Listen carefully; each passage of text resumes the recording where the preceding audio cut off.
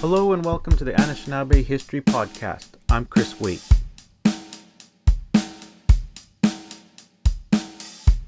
Today we're talking about geography.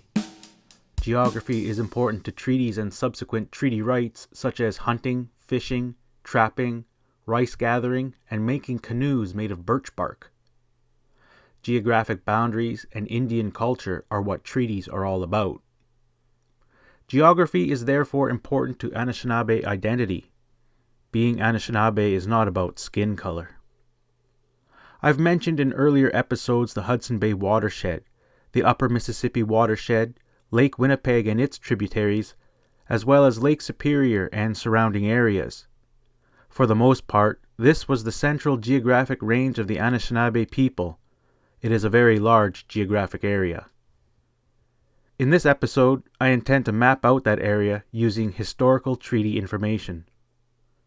Let's start in the east. The east is where the sun rises. The east is also where the earliest treaties between Europeans and First Nations occurred on Turtle Island. These treaties were signed in the mid to late 1700s and continued into the early 1900s.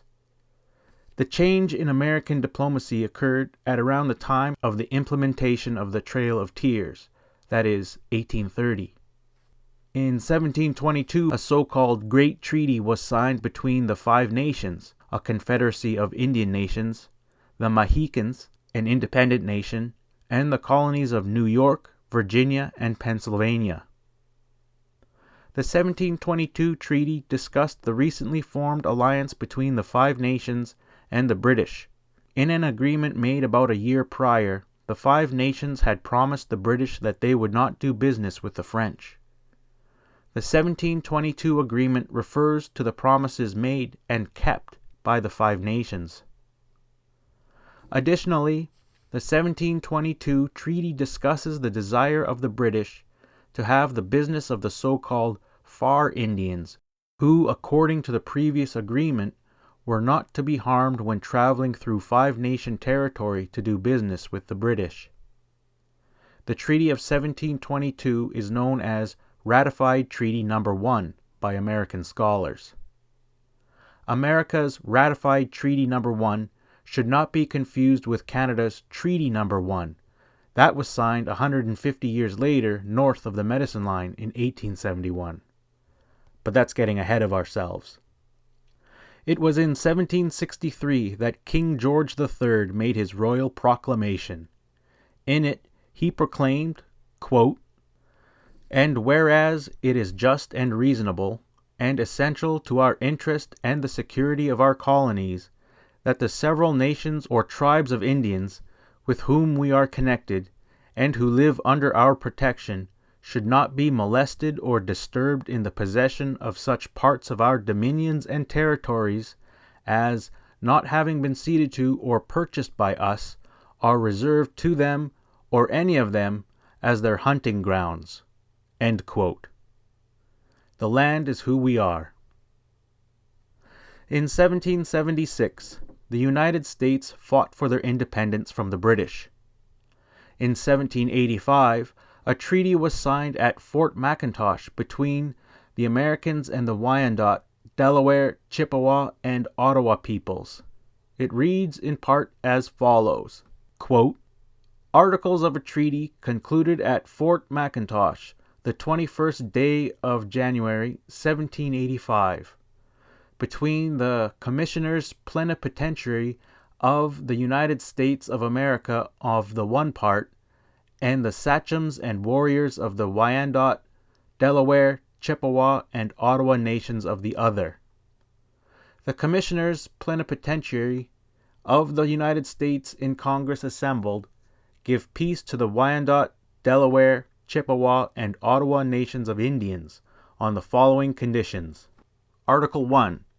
3 chiefs, 1 from among the Wyandotte and 2 from among the Delaware nations, shall be delivered up to the Commissioners of the United States, to be by them retained till all the prisoners white and black taken by the said nations or any of them shall be restored.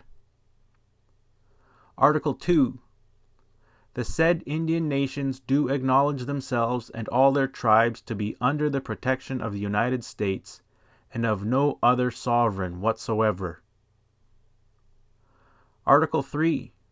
The boundary line between the United States and the Wyandotte and Delaware nations shall begin at the mouth of the river Cuyahoga, and run thence up the said river to the portage between that and the Tuscarawas branch of the Muskingum, then down the said branch to the forks at the crossing place above Fort Lawrence, then westerly to the portage of the Big Miami, which runs into the Ohio, at the mouth of which branch the fort stood, which was taken by the French in 1752, then along the said portage to the Great Miami, or Ome River, and down the southeast side of the same to its mouth, thence along the south shore of Lake Erie, to the mouth of Cuyahoga, where it began."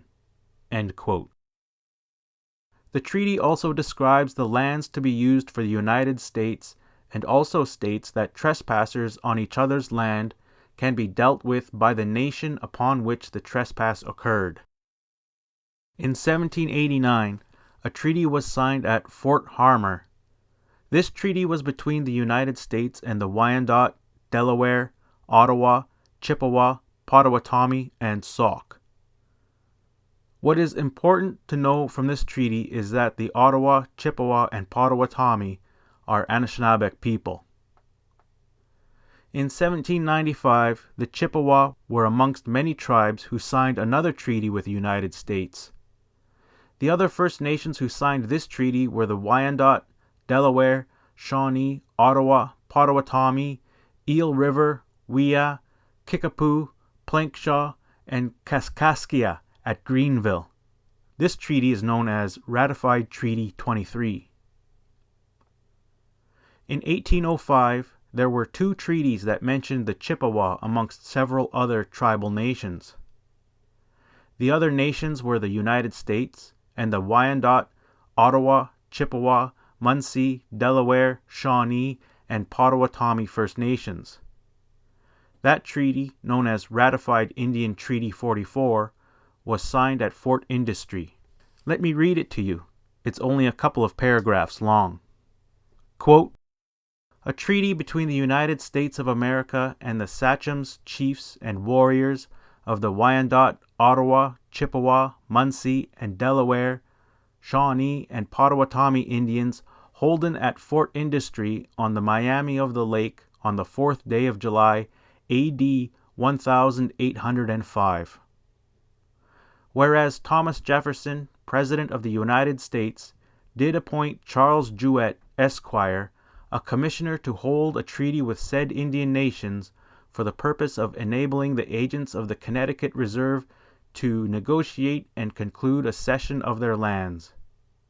And whereas the company incorporated by the name of the proprietors of the 500,000 acres of land lying south of Lake Erie, called Sufferers' Land, are the owners and proprietors of 500,000 acres of land, part of said Connecticut Reserve, lying on the west end thereof, and south of the shore of Lake Erie, and whereas the Connecticut Land Company, so called, are the owners and proprietors of the remaining part of said reserve, lying west of the river Cuyahoga, and whereas Henry Champion, Esquire, agent of the said Connecticut Land Company, and Isaac Mills, Esquire, agent of the directors of the company incorporated by the name of the proprietors of the 500,000 acres of land lying south of Lake Erie, called Sufferers' Land, were both duly authorized and empowered by their respective companies and the directors thereof to treat for the cession and purchase of said Connecticut Reserve. Now, know all men by these presents, that we, the sachems, chiefs, and warriors of the nations aforesaid, for the consideration of $18,916.67, received of the companies aforesaid by the hands of their respective agents, to our full satisfaction, have ceded, remissed, released, and quit claimed, and by these presents do cede, remiss, release, and forever quit claim to the companies aforesaid, and the individuals composing the same, and their heirs, and assigns forever all the interest, right, title, and claim of title of said Indian nations, respectively of, in, and to all the lands of said companies, lying west of the river Cuyahoga, and the portage between that and the Tuscarora branch of Muskingum, north of the northernmost part of the 41st degree of north latitude, east of a line agreed and designated in a treaty between the United States and said Indian nations, bearing even date herewith, being a line north and south 120 miles due west of the west line of the state of Pennsylvania, and south of the northernmost part of the 42nd degree and 2 minutes north latitude, for them the said companies respectively to have, hold, occupy, peaceably possess, and enjoy the granted and quit-claimed premises forever, free and clear of all let, hindrance, or molestation whatsoever, so that said nations, and neither of them the sachems, chiefs, and warriors thereof, and neither of them or any of the posterity of said nations respectively, shall ever hereafter make any claim to the quit-claimed premises, or any part thereof, but therefrom said nations, the sachems, chiefs, and warriors thereof, and the posterity of said nations shall be forever barred. In witness whereof the Commissioner of the United States, the agents of the companies aforesaid, and the sachems, chiefs, and warriors of the respective Indian nations aforesaid, have hereunto interchangeably fixed their seals and set their names. End quote. That same year, 1805, those same nations signed an additional treaty known as Ratified Indian Treaty 45. 2 years later, in 1807, at Detroit, the Ottawa, Chippewa, Wyandotte, and Potawatomi signed a treaty with the American government known as Ratified Indian Treaty 54. The preamble of this treaty discusses the ongoing friendship between nations. Then it goes into a description of the land to be claimed by America. Quote, beginning at the mouth of the Miami River of the Lakes, and running thence up the middle thereof to the mouth of the great Auglaize River, thence running due north until it intersects a parallel of latitude, to be drawn from the outlet of Lake Huron, which forms the river St. Clair, thence running northeast, the course that may be found will lead in a direct line to White Rock in Lake Huron, thence due east until it intersects the boundary line between the United States and Upper Canada in said lake, thence southwardly, following the said boundary line down said lake, through River St. Clair, Lake St. Clair, and the River Detroit into Lake Erie, to a point due east of the aforesaid Miami River, thence west to the place of beginning. End quote. I don't know the actual measurements of this area, but it seems like a healthy chunk of land. But America wasn't satisfied with just this region of land. America needed more. The next year, in 1808, another American treaty was entered into that included more Chippewa, Ottawa, Potawatomi, as well as Wyandotte and Shawnee peoples. This treaty is known as Ratified Indian Treaty 56, and it was signed at Brownstown in Michigan Territory. This treaty refers to the need of a road being opened so that the Americans could travel throughout their recently acquired territories. So the process was as follows. First sign peace treaties, then sign land surrender treaties, then sign on to infrastructure development. Remember, we Aboriginals are hunters and gatherers who obtain subsistence via direct interactions with the land, namely hunting, fishing, trapping, and rice gathering. Every treaty was a little bit different, but even in the land surrender treaties, the Anishnaabek people did not give up the rights to live their traditional way of life. Indeed, the treaties were signed to help preserve that way of life.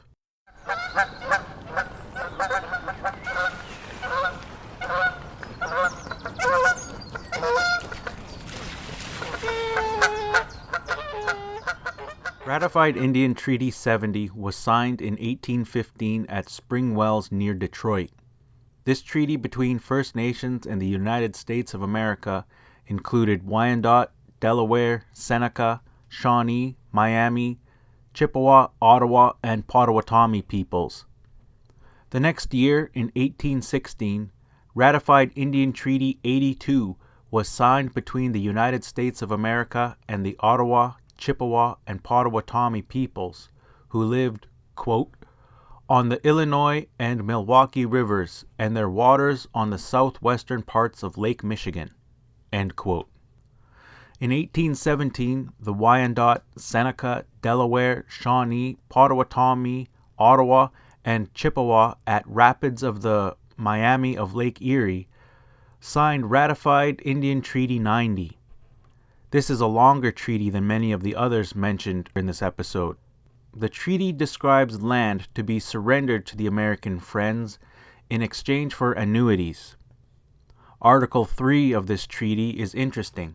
It states, quote, in consideration of the cessions and recognitions stipulated in the 3 preceding articles, the United States agree to pay to the Wyandotte tribe annually forever the sum of $4,000 in specie at Upper Sandusky, to the Seneca tribe annually forever the sum of $500 in specie at Lower Sandusky, to the Shawnee tribe annually forever the sum of $2,000 in specie at Wapakoneta, to the Potawatomi tribe annually for the term of 15 years the sum of $1,300 in specie at Detroit, to the Ottawa's tribe annually for the term of 15 years the sum of $1,000 in specie at Detroit, to the Chippewa tribe annually for the term of 15 years the sum of $1,000 in specie at Detroit, to the Delaware tribe in the course of the year 1818 the sum of $500 in specie at Wapakoneta, but no annuity, and the United States also agree that all annuities due by any former treaty to the Wyandotte, Shawnees, and Delaware tribes, and the annuity due by the Treaty of Greenville to the Ottawas and Chippewas tribes shall be paid to the said tribes, respectively, in specie. End quote. Specie means to pay in coins rather than in notes. I'm not going to go into details as to whether or not these annuities were or have been paid out. In some regions, the holdback of annuities led to conflict and combat. In other regions, the holdback of annuities has led to economic disparity. But these are issues for other episodes. According to the Milwaukee Public Museum's website, the first treaty that the Wisconsin Ojibwe signed with the United States was in 1825. This was called the Prairie du Chien Treaty. It was a peace treaty that identified boundaries between tribes. In particular, it created a boundary between the Wisconsin Ojibwe and the Santee Dakota. Although it was a peace treaty, the boundary established by it would be utilized years later within the land surrender treaties. In 1827, another treaty was signed in what is now Wisconsin. This treaty is known as the Butte de Mort Treaty. It was a peace treaty between the Ojibwe, Menominee, and Ho-Chunk people of that area. Specifically, the Butte de Mort Treaty was required by the United States to include people who weren't already signatories to the Prairie du Chien Treaty. In 1837, near what is now Minneapolis, Minnesota, a treaty was signed between the Ojibwe there and the United States of America. This was not a peace treaty, this was a land surrender. It is important to realize that around this time there was a change in intent on the American side regarding treaties. No longer were they treaties of peace, they had now become treaties of land surrender. Interestingly, the 1837 treaty, signed by southern Minnesota Ojibwe, is noticeably different from Treaty Number 9, signed by northern Ontario Ojibwe nearly 70 years later. For instance, The 1837 treaty provided for a 20-year annuity of $9,500 per year. Treaty Number 9, signed in 1905, has no such provision. Although the 1837 treaty surrendered land, the agreement nevertheless retained the Ojibwe people's right to hunt, fish, and gather such things such as wild rice on that land. By law, these rights remain in place in the 21st century and beyond. In 1842, in what is now northern Wisconsin, another land surrender treaty was signed between the Ojibwe of that region and the United States. This treaty promised the Ojibwe of that region $12,500 for 25 years, an increase for these Ojibwe of $3,000 per year. Another differing treaty. I'm not getting into the differences between the treaties in this episode. I'll save that for another episode. I'm also not focusing on the promises broken by the United States or Canadian governments, nor am I focusing on promises broken by First Nations signatories. In this episode, I'm focusing on the geographic area that the totality of the treaties with the Ojibwe peoples encompasses. So let's get back to the subject. In 1846, the Chippewa, Ottawa, and Potawatomi peoples near the Missouri and Osage rivers signed a treaty with the United States of America. At the time, James Polk was the President of the United States.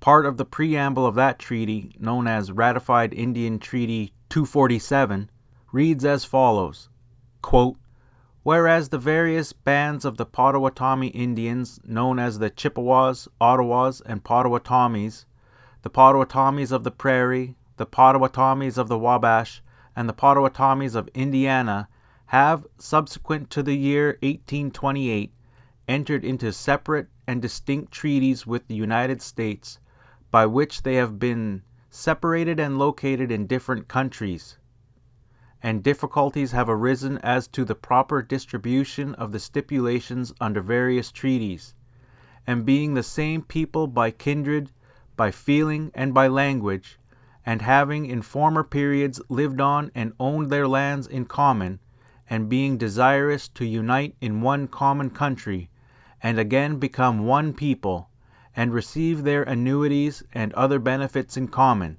and to abolish all minor distinctions of bands by which they have heretofore been divided, and are anxious to be known only as the Potawatomi nation, thereby reinstating the national character.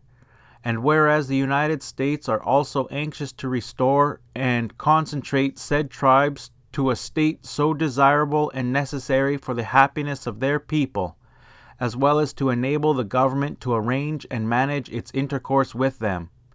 Now, therefore, the United States and the said Indians do hereby agree that the said people shall hereafter be known as a nation, to be called the Potawatomi Nation." End quote. Note that the language describes a nation-to-nation dialogue. Later treaties and negotiations rarely have that character. I won't go into the details of Ratified Indian Treaty 247, except to read the first line of Article 1. It states, quote, "It is solemnly agreed that the peace and friendship which so happily exist between the people of the United States and the Potawatomi Indians shall continue forever." End quote. Forever is a long time. In 1848, the Wolf River Menominee signed a treaty with the Americans. It was a land cession treaty.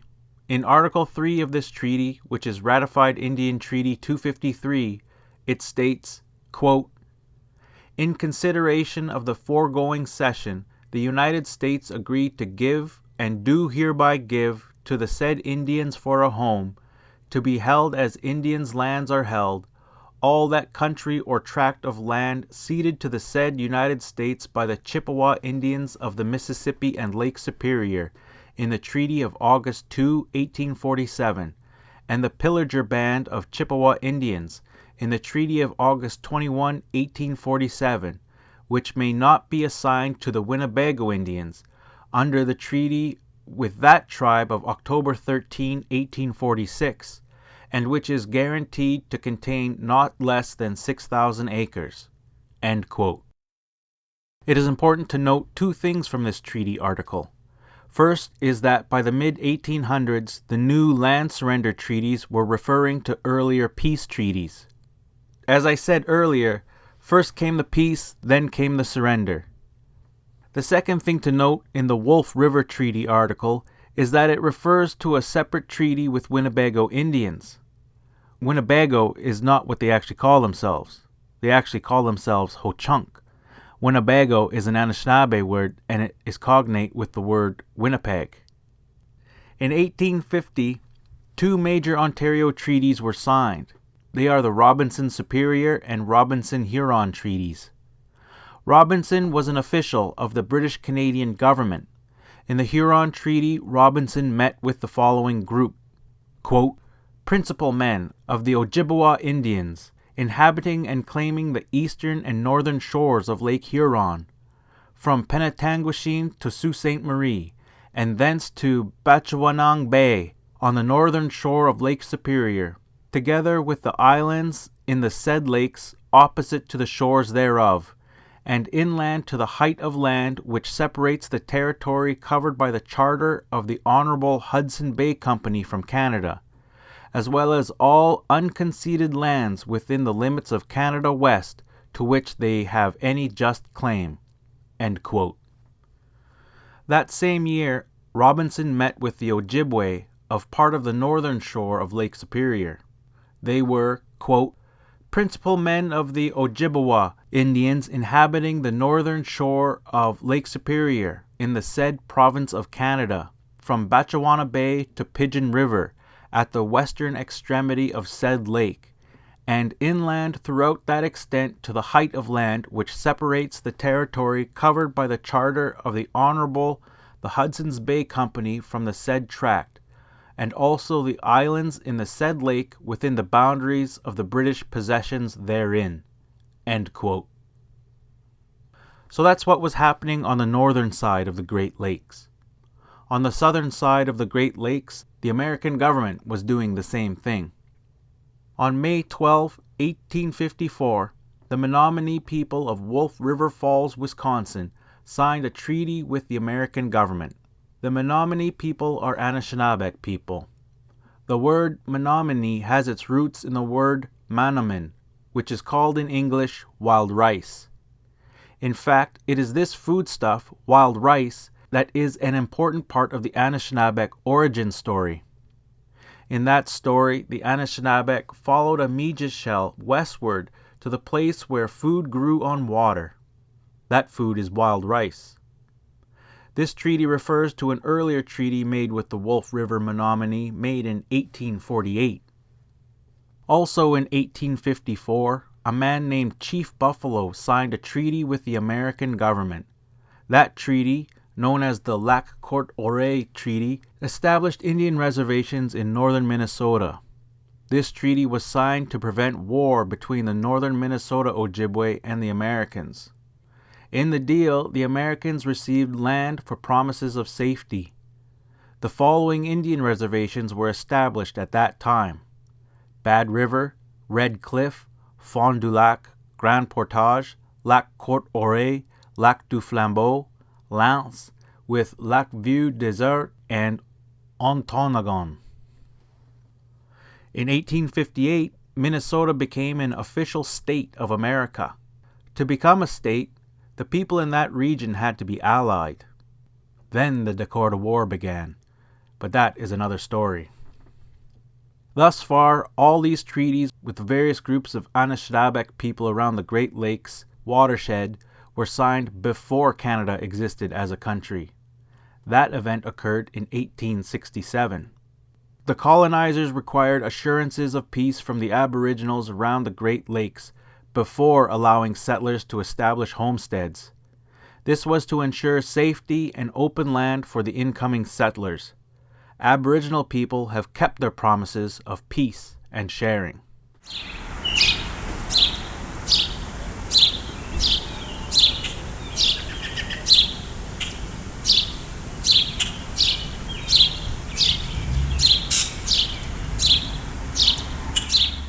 In 1871, Canada's Treaties No. 1 and 2 were signed at Lower Fort Garry.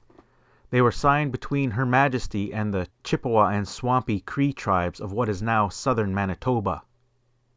In 1873, Treaty No. 3 was signed at Northwest Angle.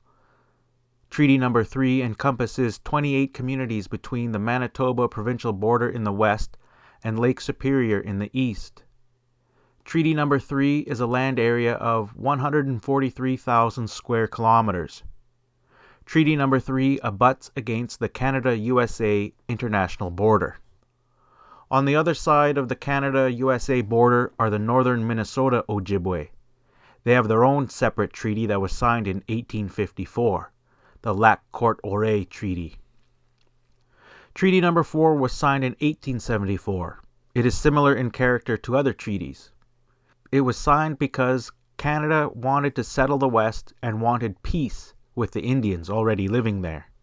Quote, "And whereas the said Indians have been notified and informed by Her Majesty's said commissioners that it is the desire of Her Majesty to open up for settlement, immigration, trade, and other such purposes as to Her Majesty may seem meet, a tract of country bounded and described as hereinafter mentioned, and to obtain the consent thereto of her Indian subjects inhabiting the said tract, and to make a treaty and arrange with them, so that there may be peace and goodwill between them and Her Majesty, and between them and Her Majesty's other subjects, and that her Indian people may know and be assured of what allowance they are to count upon and receive from Her Majesty's bounty and benevolence." End quote. Can we still count upon Her Majesty's bounty and benevolence? It's an uphill legal battle that has gone on for centuries. Treaty No. 4 outlines the geographic boundaries said to be surrendered. Quote, "Commencing at a point on the United States frontier due south of the northwestern point of the Moose Mountains, thence due north to said point of said mountains, thence in a northeasterly course to a point 2 miles due west of Fort Ellis, thence in a line parallel with and 2 miles westward from the Assiniboine River, to the mouth of the Shell River, thence parallel to the said river and 2 miles distant therefrom to its source, thence in a straight line to a point on the western shore of Lake Winnebago, due west from the most northern extremity of Waterhen Lake, thence east to the center of Lake Winnebago, thence northwardly, through the middle of the said lake, including Birch Island, to the mouth of Red Deer River, thence westwardly and southwestwardly, along and including the said Red Deer River and its lakes, Red Deer and Etoimeni, to the source of its western branch, thence in a straight line to the source of the northern branch of the Qu'Appelle, thence along and including said stream to the forks near Long Lake, thence along and including the valley of the west branch of the Qu'Appelle, to the South Saskatchewan, thence along and including said river to the mouth of Maple Creek, thence southwardly along said creek to a point opposite the western extremity of the Cypress Hills, thence due south to the international boundary, thence east along the said boundary to the place of commencement." End quote. It is interesting that the international boundary with the United States is used as an official boundary when dealing with the actual inhabitants of the land. Treaty No. 5 takes us into what is now known as northern Manitoba. Treaty No. 5 was signed in 1875 at Barons River and Norway House. This is the land of the Saulteaux and Swampy Cree peoples. These people are Anishnaabek people. They speak the same language as my mother and her family. The treaty tells us that people were convened for a meeting, and like other so-called numbered treaties, Treaty No. 5 contains the following paragraph.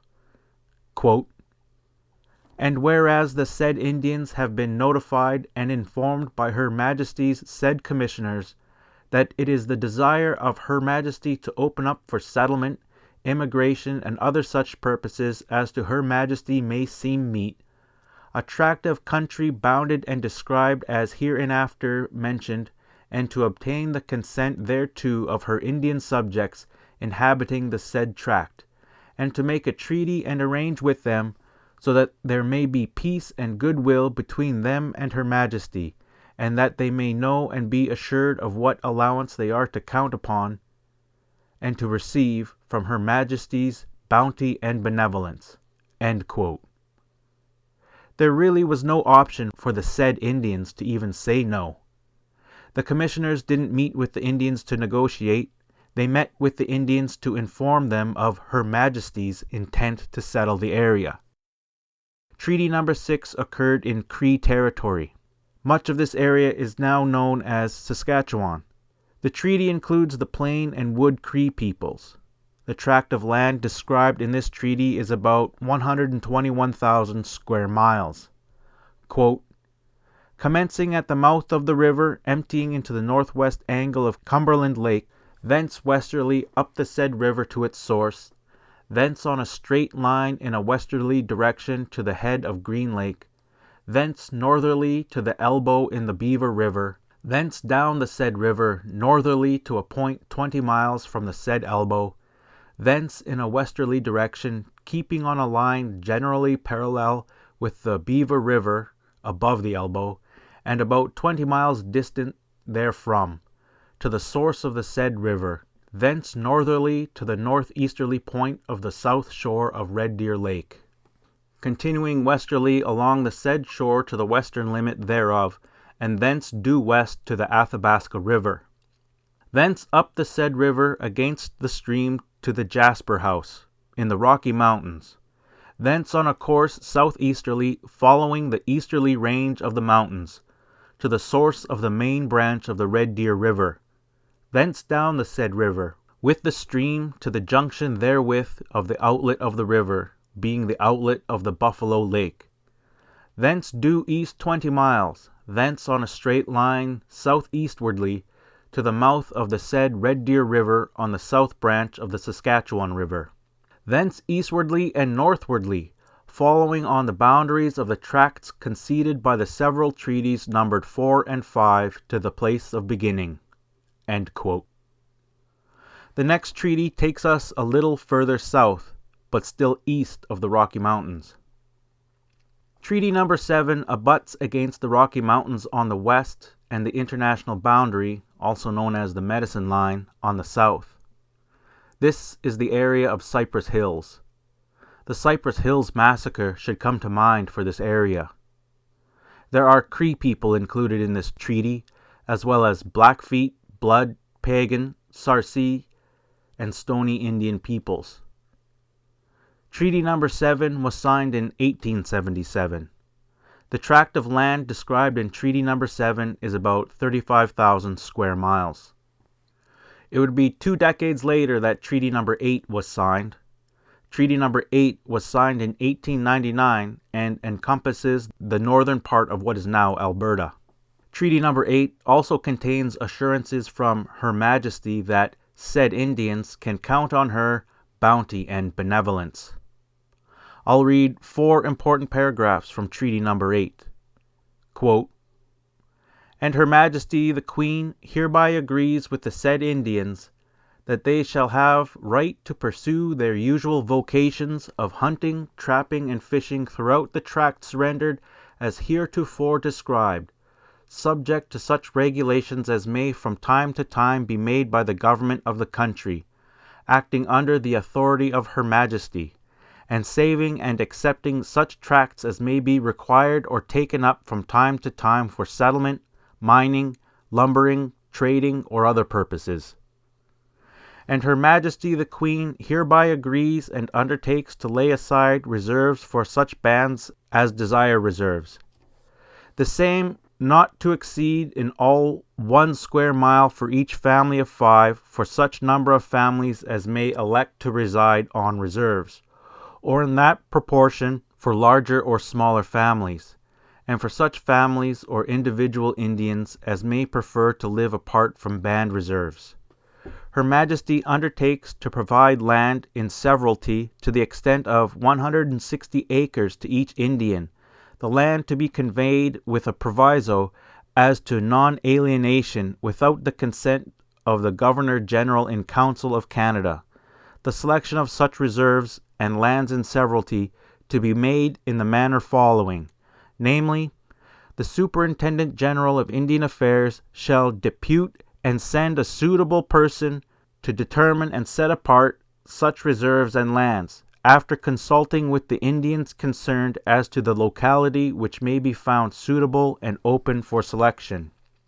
Provided, however, that Her Majesty reserves the right to deal with any settlers within the bounds of any lands reserved for any band as she may see fit, and also that the aforesaid reserves of land or any interest therein may be sold or otherwise disposed of by Her Majesty's government for the use and benefit of the said Indians entitled thereto, with their consent first had and obtained.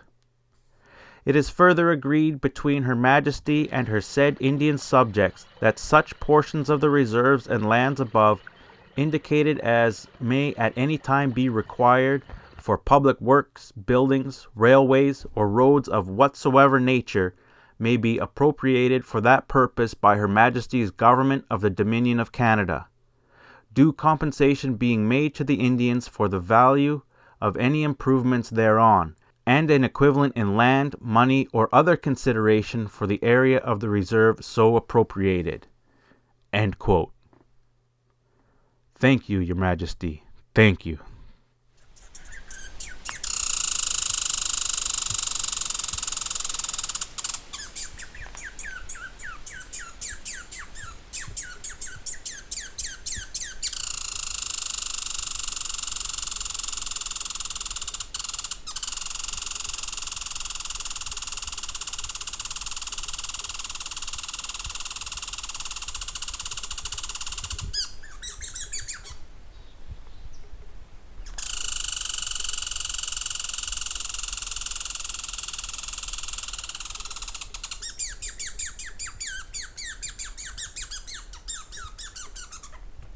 In 1905, Treaty No. 9 was signed. This is the treaty assignment that I was born into. The land area encompassed by Treaty No. 9 is roughly 2/3 of what is now known as the Canadian province of Ontario. Toronto is a different treaty. It can be confusing knowing where the treaties are and what was involved in each of them. That's why I'm writing this. However, if you follow the historical movement of European settlement patterns, the path makes sense. By the early 20th century, the Indian Wars were already just a memory. For many Anishnaabek people living in the woodlands, however, life was still being lived very traditionally. For the governments of Canada and the United States, that traditional life was still a problem. They had already killed off the buffalo, they had already balkanized Aboriginal nations, but the Aboriginal people still maintained their traditions. So the governments of Canada and the United States had to attack the traditions. I won't get into details in this episode, but know that at around this time, the early 20th century, many Aboriginal cultural traditions were deemed illegal, and children were mandated to attend residential schools. That's all I want to say about that here. Let's continue with the treaties because we're still not done, but we're getting close. In 1923, His Majesty King George V, King of England, entered into a treaty with the Chippewa Indians of Christian Island, Georgina Island, and Rama.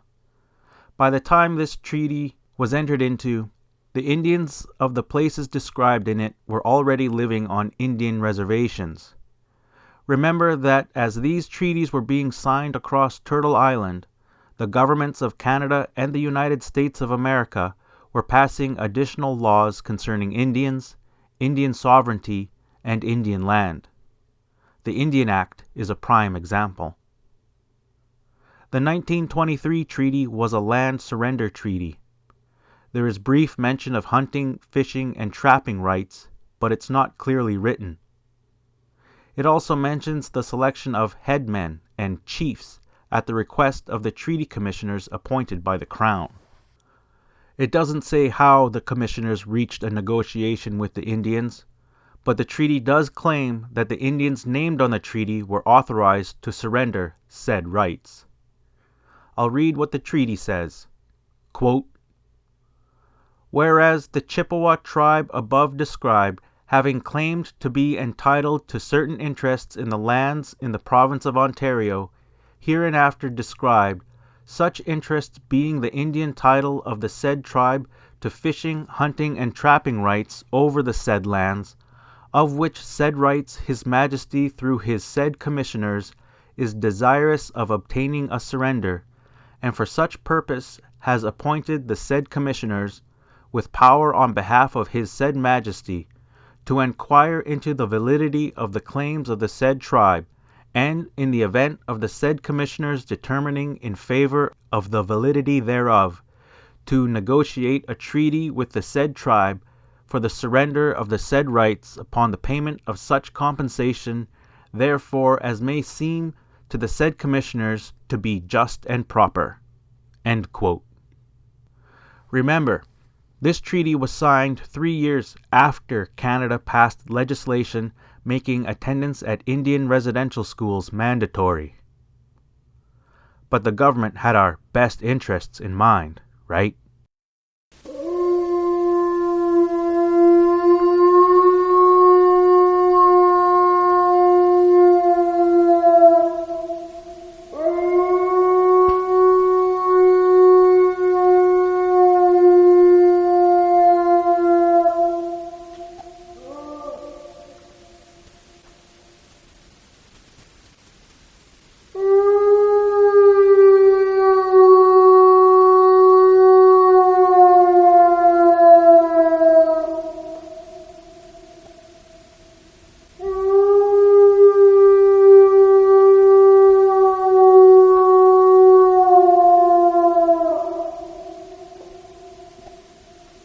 In 1930, adhesions were made to Treaty No. 9.